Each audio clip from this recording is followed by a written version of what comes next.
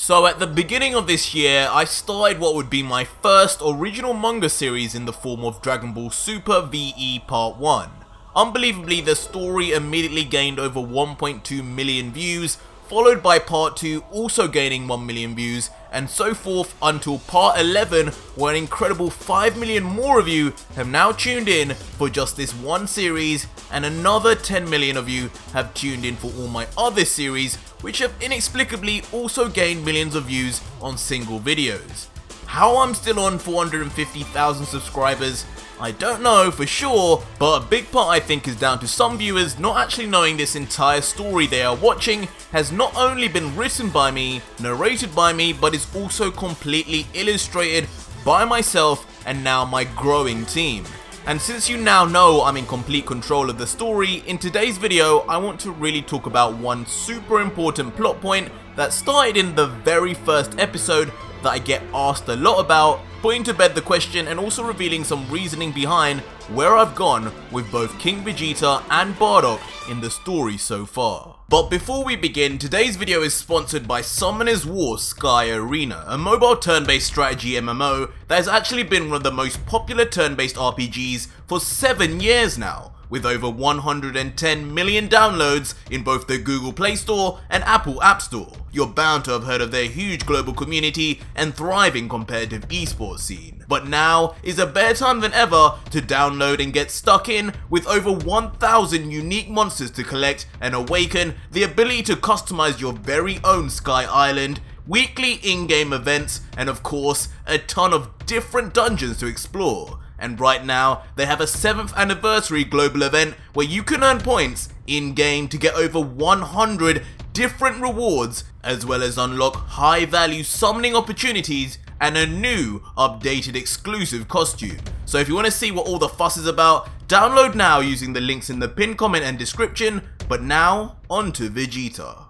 So to get straight to the point, if you watch Dragon Ball Super VE Part 1, in that, Vegeta is triggered by his son Trunks to revive his father King Vegeta, and to do so he obviously gathers the Dragon Balls with the help of the Z-Fighters. Now when he makes his wishes, 3 wishes are available, and Vegeta requests 2 wishes in one sentence, first asking for King Vegeta to be revived, and the second for him to be brought back here on Earth before him. Now before anyone says, wait a minute Arj, Dragon Balls can't revive someone who's been dead for that long, this is an alternate universe with alternate sets of rules, and in this universe, Dende has improved the powers of the Dragon Balls after training on Namek. But anyway, at the end of that sequence of wishes, Vegeta makes one wish under his breath that no one notices, and then the Dragon Balls disappear. Cut forward to the end of the chapter, and Vegeta finally reveals when he transforms for his father that what he wished for was the ability to control his emotions and mind,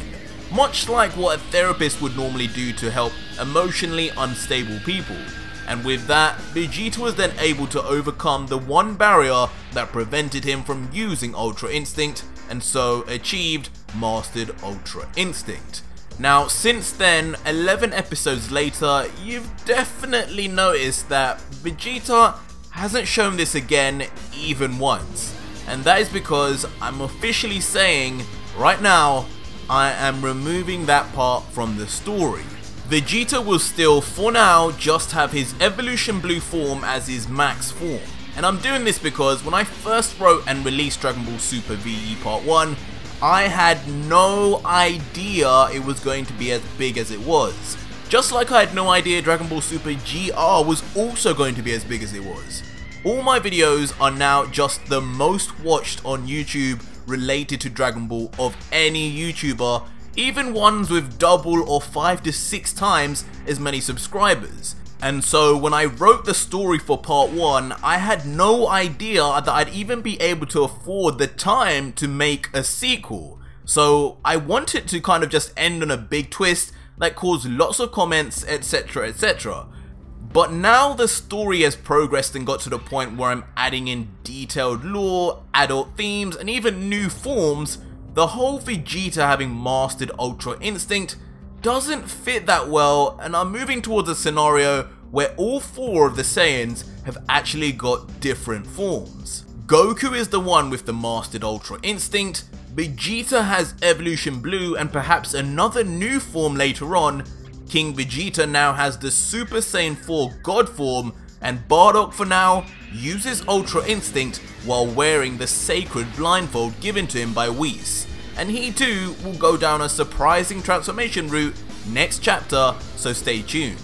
So the reason I explain this now is not only to make it official, but also to ask you in the comment section what you think about it. Do you think it's good that it's been removed just off camera, or do you think for the sake of the continuity it should remain in the story and somehow be explained as gone? If you have a logical way to explain why Vegeta no longer has what he wished for that I can incorporate into the story, let me know, but if not, I'll just continue writing as if it never happened. Just off the top of my head, I'm imagining perhaps Vegeta trying to go into Ultra Instinct, but it failing, and then him realizing after training for nearly a year with his father, his mind has just regressed to his former ruthless and anger-driven Saiyan self, emulating his father, and so no longer can use Ultra Instinct. But perhaps in the end, after seeing his father's incredible power, he's unbothered, knowing there are other ways now to surpass Kakarot. But as far as the future of this series, like I said, Bardock has his own transformation route still needing to be told, which will be another shocker. We still have Broly to be reintroduced into the fold in perhaps a way you didn't expect, and then we have all the scenes and dialogue of what will happen when both King Vegeta and Bardock finally finish their training, come back to Earth, and meet each other again, remembering that neither of them know that the other has been brought back yet.